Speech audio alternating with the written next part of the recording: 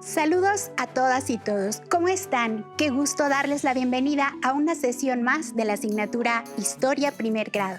Soy la maestra María del Carmen Pastrana Sánchez. Espero que en estos días estén aprovechando la oportunidad de estudiar en esta modalidad a través de Aprende en Casa. Recuerden mantener la sana distancia, lavarse las manos con agua y jabón durante 20 segundos y usar el cubrebocas de manera correcta. Al cuidarnos a nosotros mismos, cuidamos a los demás. En la sesión del día de hoy abordaremos un tema perteneciente a la asignatura Historia, donde examinaremos algunas de las consecuencias del final del socialismo en la conformación del nuevo mapa europeo. Antes de iniciar, les recuerdo que es importante que participen en las actividades planeadas a lo largo de la sesión. También les invito a tener cerca su libro de texto, cuaderno u hojas blancas y de colores, pegamento, así como lápiz o bolígrafo y colores para registrar las ideas principales, así como dudas y reflexiones para que posteriormente puedan compartir sus avances con su familia. Si ya están listas y listos, comenzamos. Relacionado con el tema de hoy, en nuestra sección Leer para Conocer, haré lectura de un fragmento de la historia de Mirsada Burić, corredora que entrenaba entre las bombas y los disparos durante el sitio de Sarajevo. Y dice así: casi todos los días, Mirsada Burić salía a las devastadas calles de Sarajevo y realizaba un sencillo acto de valor que algunos calificaban de locura. Corría. Sí, corría entre el fuego de los francotiradores y los bombazos de los morteros, junto a las construcciones acribilladas y a medio derruir de su ciudad. No tenía más escudo contra las balas y la metralla que su valentía, ni más sustento espiritual que el anhelo de competir en los Juegos Olímpicos. Su inquebrantable espíritu inspiró a compatriotas y le robó el corazón a un joven que vivía al otro lado del mundo. Era un domingo de verano en 1992 y Eric Adam, soltero de 34 años, estaba en la cocina de su pequeño apartamento en Prescott, Arizona, haciendo lo que muchos solteros hacen el fin de semana: separar la ropa para la lavandería y empaquetar periódicos. Tenía prendida la televisión en la sala y alcanzaba a oír las noticias. En eso, comenzaron a hablar de una corredora bosnia de media distancia que estaba entrenándose para los Juegos Olímpicos. Su pista eran las calles de una ciudad azotada por la guerra, Sarajevo, capital de Bosnia-Herzegovina. Todos los días, la atleta corría entre los cráteres dejados por las bombas, desafiando el fuego de los morteros y el de los francotiradores. Eric fue a la sala para verla. En la pantalla aparecía una joven de figura grácil, vestida con un traje deportivo elástico que avanzaba con paso ligero, moviendo los brazos cadenciosamente.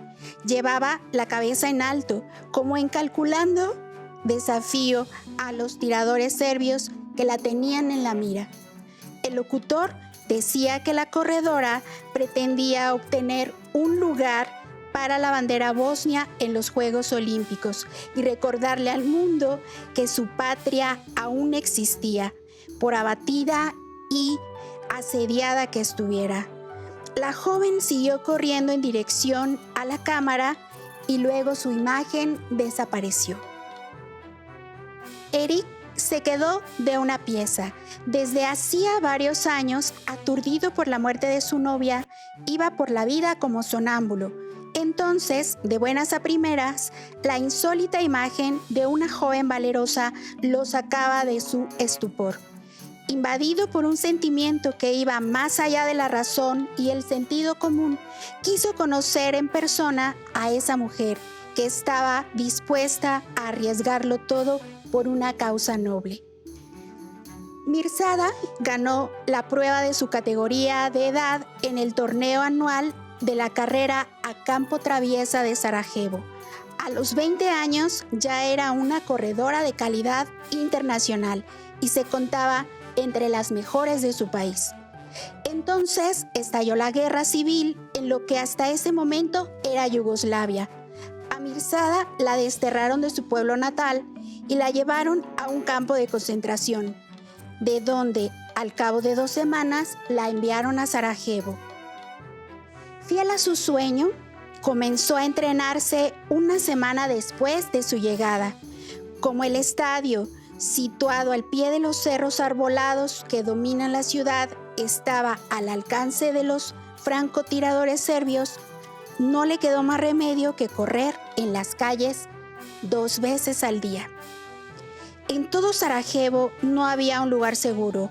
Los francotiradores disparaban a sangre fría contra todo aquel que tuviera la mala suerte de pasar frente a la mira de sus fusiles, fuese hombre, mujer o niño. Mientras Mirzada corría, oía silbar las balas a su lado y las veía incrustarse en los árboles y en las paredes. Sentía en los pies el retumbar del suelo por los cañonazos y morterazos. Percibía el penetrante olor a pólvora que impregnaba la ciudad. A pesar de todo, seguía corriendo. Es lo que me mantiene cuerda, dijo a los periodistas que le entrevistaron. Hasta aquí la lectura. ¿Qué les pareció? Una terrible guerra involucró a familias y pueblos que, durante décadas, habían convivido pacíficamente y que tuvieron que adaptarse y sobrevivir. A continuación, los invito a observar la siguiente imagen. Se conoce como Otoño de las Naciones al último trimestre de 1989, cuando las naciones de Europa del Este dejaron de pertenecer al bloque comunista, cambiaron el equilibrio de poder en el mundo y marcaron el final de la Guerra Fría. El Otoño de las Naciones refiere a las revoluciones que sucedieron en Europa del Este y marcaron el fin del comunismo en esos países. A partir de 1989, después de la caída del muro de Berlín, surgieron movimientos en varios países que reclamaban su independencia. Al igual que la URSS, Yugoslavia también se desintegró, y este proceso estuvo marcado por la intolerancia hacia las otras etnias y religiones. Antes de iniciar esta sesión, acompáñenos a ver y escuchar el siguiente video introductorio. La Guerra Fría también dividió otras partes del mundo, en particular a Europa. Estados Unidos y la Unión Soviética establecieron alianzas militares y comerciales con los países que simpatizaban con sus ideales, con lo cual se formaron 2 bloques.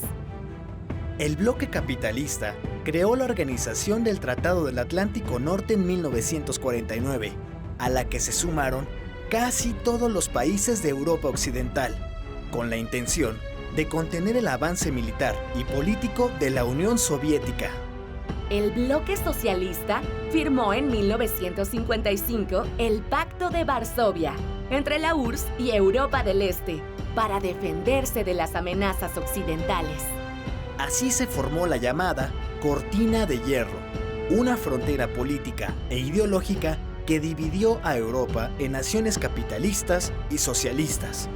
La Cortina de Hierro se mantuvo hasta finales de la década de los 80, cuando la Unión Soviética sufrió una fuerte crisis política y económica que debilitó a varios países de Europa del Este.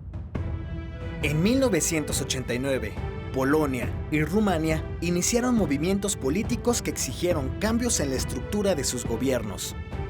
Mientras, la República Democrática Alemana permitió la apertura de la frontera con Occidente, con la caída del muro de Berlín, símbolo de que la Guerra Fría había terminado. La Unión de Repúblicas Socialistas Soviéticas se desintegró en 1991 y surgieron naciones autónomas como Rusia, Ucrania, Georgia, Azerbaiyán y Uzbekistán, entre otras. mientras que Letonia, Estonia y Lituania recobraron su independencia. Otra consecuencia fue la Guerra Civil de Yugoslavia, que concluyó con la ruptura de la nación yugoslava en Serbia, Bosnia-Herzegovina, Eslovenia y Croacia. Además, Checoslovaquia se dividió en Eslovaquia y República Checa. Observamos que los países socialistas del este de Europa, también conocidos como satélites porque estaban fuertemente controlados por la URSS, fueron afectados profundamente después de la caída del muro de Berlín.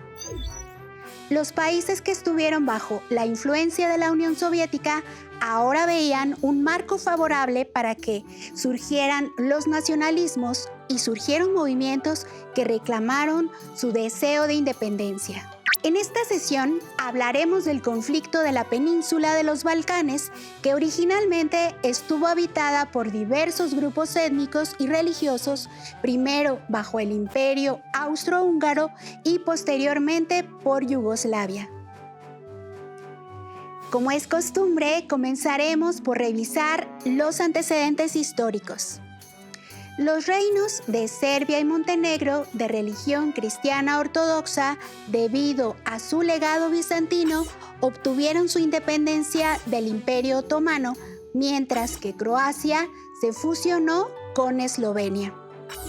Ante la caída del Imperio Austrohúngaro en 1918, Croacia quedó incluida contra su voluntad en el reino de los serbios, croatas y eslovenos, formando un estado parlamentario que adoptó la religión católica. Durante el último periodo de su reinado, 1929 a 1934, Alejandro I, tras haber contemplado la incapacidad del régimen parlamentario para acabar con las disputas y llevar a cabo reformas necesarias, intentó lograr la unificación efectiva de Yugoslavia. Su intento de unificación forzada fracasó, dejando sin resolver los graves problemas políticos que amenazaban al país. Disolvió el parlamento y acumuló poder bajo un sistema de monarquía constitucional. Cambió el nombre a Reino de Yugoslavia, que permaneció hasta 1941, cuando fue ocupado por Alemania durante la Segunda Guerra Mundial. En 1945, después de la liberación de la ocupación nazi, el Ejército Popular Partisano de Yugoslavia, al mando del mariscal Tito, comenzó a liberar partes del territorio.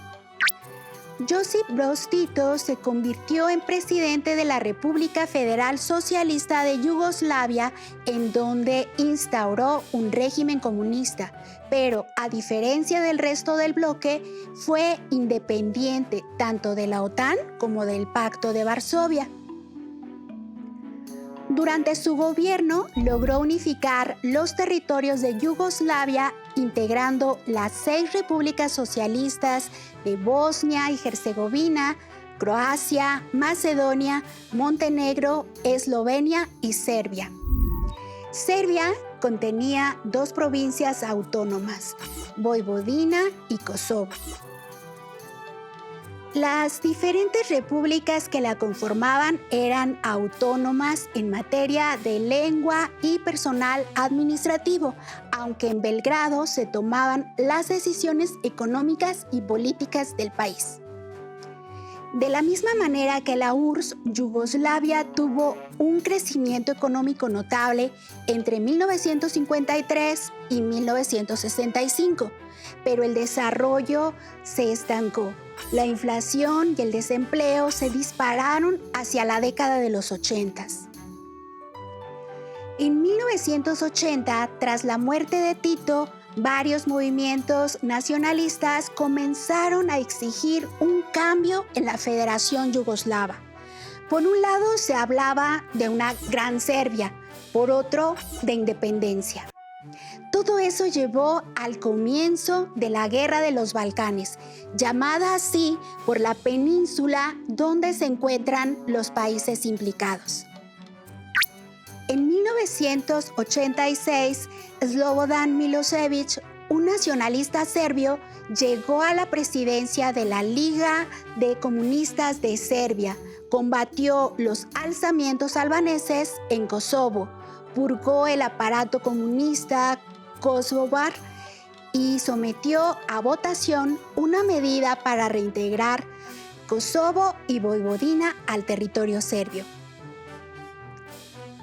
Además, aprobó las protestas de las minorías serbias en Croacia y Bosnia. Bajo un marcado nacionalismo, recogía una antigua idea de reunir las minorías serbias en un solo territorio, la Gran Serbia. A principios de la década de 1990, 3 estados de los 6 que formaban parte de Yugoslavia decidieron independizarse. Eslovenia, en 1991, fue la primera en autoproclamarse independiente. Tras la Guerra de los 10 días, una guerra rápida y poco sangrienta, lo consiguió. El territorio no era muy extenso y lo más importante, la mezcla étnica era prácticamente nula. Tras la proclamación de independencia de Eslovenia, otro país solicitó su salida de la Federación Socialista Yugoslava, Croacia. En este caso, la guerra sería más larga y cruel. En un bando luchaba el ejército croata, que intentaba proclamar su independencia, y, por el otro, el ejército popular yugoslavo, que reivindicaba territorios croatas con mayoría de población de origen serbio. Bosnia-Herzegovina siempre fue un estado particularmente complejo y al mismo tiempo absolutamente tolerante, puesto que convivían pacíficamente bosnios, musulmanes, serbios ortodoxos y bosnio-croatas católicos. Tras la declaración de independencia de Eslovenia y Croacia, los líderes bosnios creyeron conveniente celebrar un referéndum para conocer si el pueblo estaba a favor o no de la independencia. Sin embargo, los diputados serbo-ortodoxos contrarios a la independencia decidieron abandonar el parlamento en señal de protesta y boicotear el referéndum, que finalmente se llevó a cabo el 1 de marzo de 1992 con 60% de la población a favor de la independencia. Los serbios de Bosnia, apoyados por el gobierno central de Belgrado, se opusieron con fuerza a esta consulta, poniendo bajo sitio a Sarajevo. Las tropas de los serbios de Bosnia iniciaron inmediatamente un asedio de la capital de Bosnia, Sarajevo, que duraría 44 meses, más de 3 años. Los 350,000 residentes de la ciudad lucharon por satisfacer sus necesidades básicas y al menos 10,000 murieron por los disparos y bombardeos de los serbios. Se cortaron la electricidad, el agua, el suministro de comida y de medicamentos. En mayo de 1992, los serbios de Bosnia controlaban 2/3 del país. Fue así como se iniciaron los enfrentamientos entre musulmanes, bosnios, serbios y croatas. Gran parte del país rápidamente quedó bajo la ocupación de los serbios de Bosnia. El túnel de Sarajevo. A mediados de 1992, la ONU mandó ayuda humanitaria a Sarajevo. En 1993, construyó un túnel desde las montañas fuera del control serbio hasta la ciudad, que permitía la entrada de alimentos, medicamentos y armas. Hoy en día es un museo. Limpieza étnica. Durante la guerra en Yugoslavia y después de su desintegración, tuvo lugar en el territorio de los Balcanes un proceso de limpieza étnica. El objetivo era limpiar una zona forzando a los habitantes de una etnia a marcharse. Si se resistían, eran torturados y matados. La finalidad era crear estados 100% puros étnicamente. También se procedía a eliminar cada símbolo cultural y religioso. Lugares de culto y cementerios fueron derribados sin piedad. El caso más famoso fue el genocidio de Srebrenica, donde 8,000 musulmanes fueron asesinados. Fue Bill Clinton quien dio un paso al frente para ayudar a Bosnia cuando, tras el genocidio de Srebrenica, decidió enviar tropas de la OTAN que comenzaron a bombardear Serbia. Esto fue fundamental para el fin de la guerra. El fin de la guerra. Con la independencia de Eslovenia, Croacia, Bosnia-Herzegovina y Macedonia, la República Federal Socialista de Yugoslavia llegó oficialmente a su fin el 27 de abril de 1992.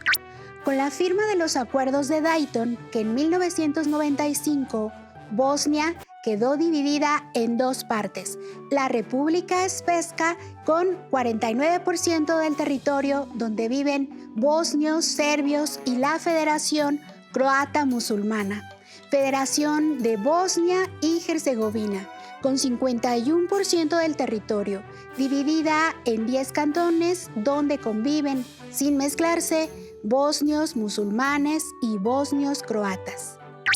Si bien el Tratado de Dayton permitió el fin de una guerra, no ayudó a favorecer una integración de las tres partes implicadas, Bosnia, Croacia y Serbia. En 1998 surgió otro enfrentamiento, esta vez en la provincia de Kosovo, al sur de Serbia. El conflicto se desarrolló entre los rebeldes de etnia albanesa que buscaban la independencia y las fuerzas armadas de Serbia. Los combates terminaron en 1999, después de una campaña de bombardeos de la OTAN de 11 semanas. Unas 13,000 personas habían muerto y cientos de miles habían huido de sus hogares. Kosovo declaró su independencia en 2008. Como vimos a lo largo de la sesión, la Guerra de los Balcanes fue un conflicto bélico que tuvo lugar entre 1992 y 1995. Muchos factores provocaron un movimiento militar a gran escala debido a la situación tras la desaparición de la URSS. Tras la caída del socialismo soviético, el sentimiento de independencia de los distintos grupos étnicos se manifestó con fuerza. Esto provocó una larga guerra civil entre serbios, bosnios, croatas y albaneses que condujeron a la desintegración de Yugoslavia en 2003. En los 4 años que duró el conflicto, murieron más de 130,000 personas. No hay cifras oficiales y 2 millones tuvieron que huir de sus casas. La Corte Penal Internacional para la ex Yugoslavia, establecida en 1993, ha seguido procesando a los responsables de crímenes de guerra desde el final de los conflictos. Ha procesado a 161 personas y condenado a 83 y absuelto a 19.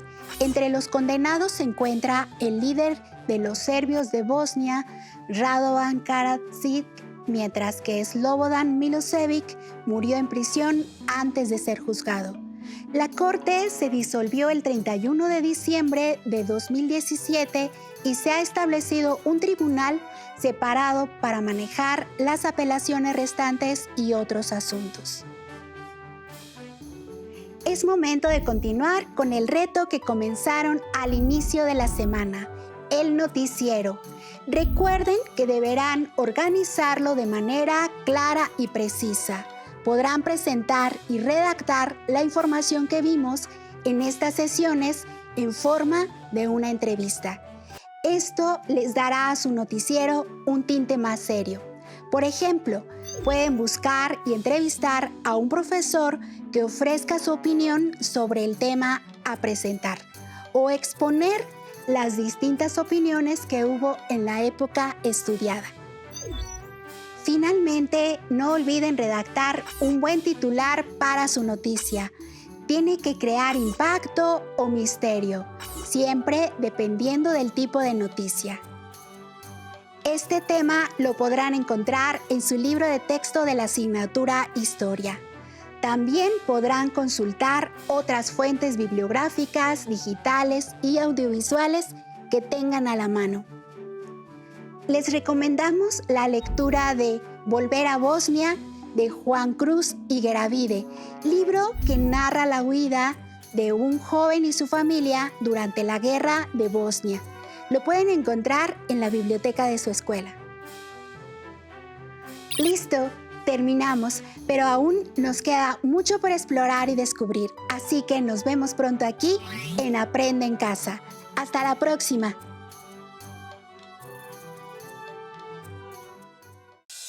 Si tienes dudas o necesitas ayuda, llama al Centro de Apoyo Pedagógico a Distancia. El número de teléfono para secundaria es el 55 36 01 71 23.